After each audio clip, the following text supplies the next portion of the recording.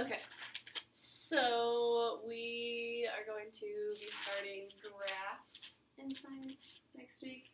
So I was thinking that maybe we could do use Google to like the sheets part of it to make the graphs. Yeah.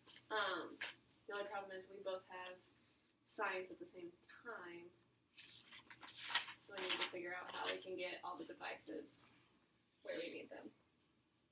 We can just do it at different days, if nothing else. But as long as we have the cart, we should be okay. Oh yeah, that's true. Because we'll have that. And then they should be able to.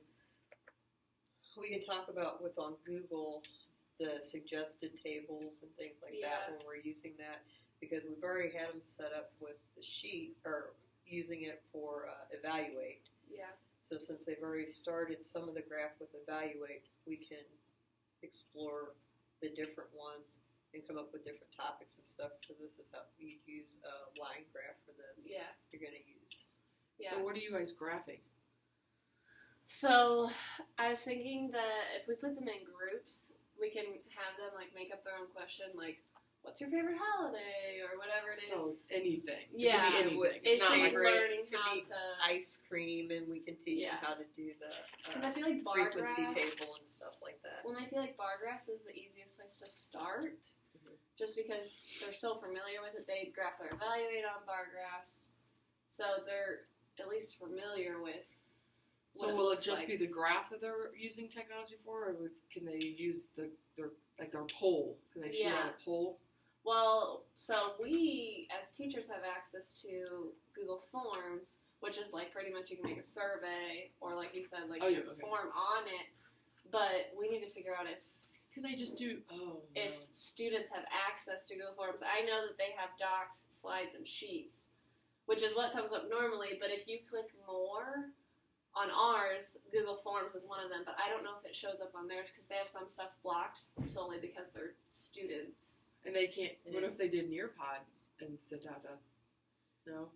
You know a lot more about that than I do. I don't think that Nearpod would give them it. Like Nearpod graphs it for them, so it kind of does the work we for just them. do the Kahoot and put the different questions on there, and they can answer it based on. That doesn't save the information. Kahoot doesn't save the information. But I was wondering also if we just go old school, they get that data on paper and pencil, and then they can put it into a Google Sheet. Yeah, because they need to practice their frequency tape. They need to practice that anyway. The tally type things. And they need to do that, so they could do that, figure out what they're like by a group. This is the question they're going to have.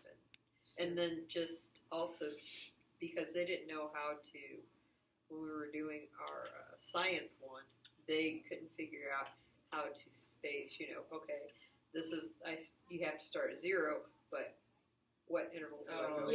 They can't figure that out. So on sheets, though, they create everything? No, on sheets it does it for them. So, like Debbie's saying that, they don't know how to scale it. Like, for evaluate, obviously, it's always going to be 0 to 100 because that's their score options. Yeah. But, like, if we were to do a survey on your favorite ice cream, they need to know how to make that scale. So, I think maybe if we talk to James, because I know there has to be a way where you can change the scale to where, like, they would see... Like, to where they can alter the scale and do it themselves. Oh, yeah. They can put it in when you click it. They should be able to. Yeah. Put the numbers in there. Yeah. Do you feel like we need James to come in and help us with the technology? Or do you think that we can do it ourselves?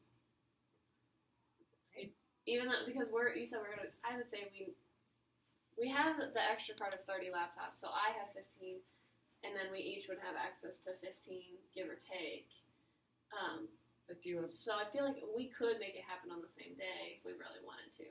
Then the question is, do we just want James to bounce back and forth just to troubleshoot with us? It's not like we could always do that also if we needed to on an iPad. It's not like iPad and Google don't get along. That's right. So it's for whatever reason, like, I mean, it works. It's just kind of finicky. Like, it's just really annoying for kids to figure it out. Sometimes it's annoying for me to figure it out.